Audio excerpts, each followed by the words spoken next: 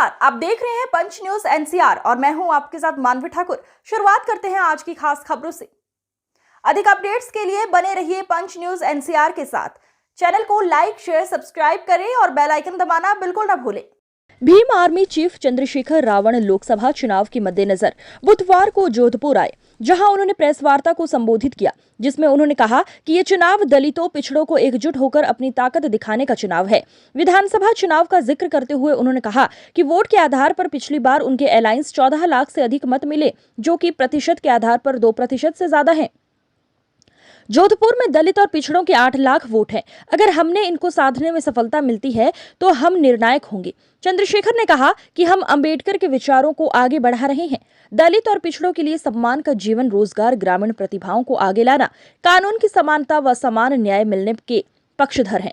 उन्होंने कहा कि इस लोकसभा चुनाव में हमारे आजाद समाज पार्टी के 4 प्रत्याशी चुनाव मैदान में हैं, जिसमें कि एक प्रत्याशी जेल में है, जिसके खिलाफ झूठा मुकदमा हुआ है। उन्होंने कहा कि अभी भी शिक्षा, चिकित्सा सहित अनेक ऐसे बुनियादी मुद्दे हैं जिन पर काम नहीं हुआ है। इतनी कम सीटों पर चुनाव लड़ने के सवाल पर चंद्रशेखर ने कहा कि दलित वर्ग आर्थिक रूप से कमजोर वर्ग है। लोकसभा चुनाव सच में बड़ा चुनाव है, जिसमें ज्यादा पैसे लगते हैं और हम जनता के समर्थन पर चुनाव लड़ते हैं, न कि करोड़पति की फंडिंग पर। राम मंदिर से जुड़े सवाल पर चंद्रशेखर रावण ने कहा कि मंदिर से बाहर निकलने की जरूरत है, रोजगार कैसे मिलेगा, किसानों को फसलों का पूरा दाम कब मिलेगा, सहित तमाम मुद्दे हैं। जबकि राजनीतिक पार्टियों और मीडिया राम मंदिर को जानबूझकर मुद्दा बना रहा है। उन्होंने कांग्रेस के नेता सीएम पित्रोदा की विरासत टैक्स से जुड़े बयान पर प्रतिक्रिया देते हुए चंद्रशेखर ने कहा कि इतने साल तक कांग्रेस का राज रहा था, तब क्या हुआ था? कानून बोलने से नहीं, पार्लियामेंट में बनते हैं। अगर फिर से कांग्रेस का राज आएगा तब देखा जाए। चुनावी सभा के कार्यक्रम में मुझे आना हुआ है।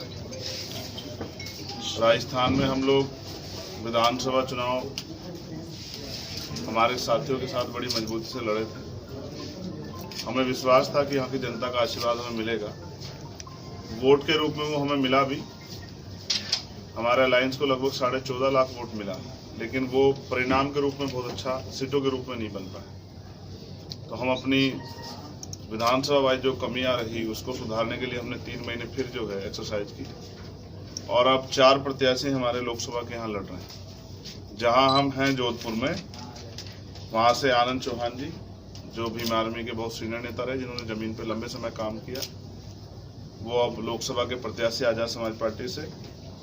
बाड़मेर जैसलमेर से प्रभुराम जी, जो विधानसभा चुनाव भी लड़े थे, और अजमेर से जितेंद्र कुमार बहुत जी, टोक स्वामी माधोपुर से अजय मीना जी, और अजय मीना जी अभी जेल में हैं क्योंकि यहाँ की सरकार की बुनियादी जो सुख सुविधाएं हैं और स्वाभिमान सम्मान का जीवन प्रति व्यक्ति को मिलना चाहिए।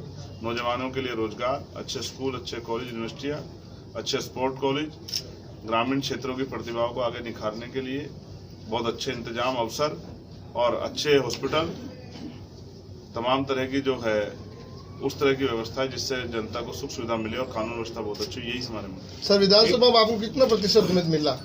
विधानसभा में हमें 2.25% से ज्यादा वोट मिला था, और ठीक इस पौने 2% ज्यादा वोट मिला था, और हमारे अलायंस को लगभग 14.5 लाख वोट मिले थे।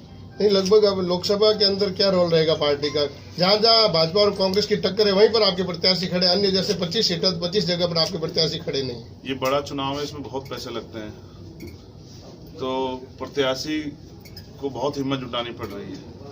हमें कोई करोड़पति तो फंडिंग नहीं करता है। जैसे मीडिया को भी बहुत सारे जो है ऐड मिलते हैं अपना रोजगार चलाने के लिए। हमें कोई रोजगार चलाने, हमें अपना काम करने के लिए सिर्फ जनता का समर्थन मिलता है, जनता का जो सहयोग है वो मिलता है।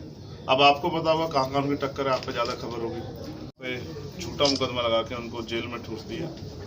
यही लोकतंत्र की दुहाई देने वाली जो यहाँ स्टेट की सरकार है, ये उसका सच है। इन्होंने बहुत तमाम वादे किए, लोगों को गुमराह किया, उसके बाद ये सत्ता में आए, और जब से ये लोग सत्ता में आए किस तरह से ये जनता के हितों की अनदेखी कर रहे हैं, ये भी किसी से छिपा नहीं।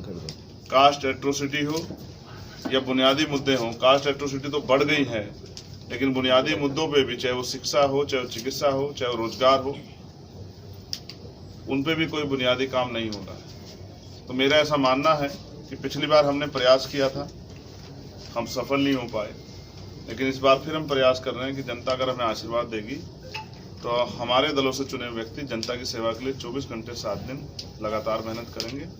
और आनंद जी लंबे समय से इस क्षेत्र में काम कर रहे हैं, उन्होंने यहाँ बहुत जन सेवा की है। 24 घंटे 7 दिन जिस तरह से एक सिपाही बॉर्डर की सेवा करता है, उस तरह से वो यहाँ सेवा करते हैं। आज पार्टी के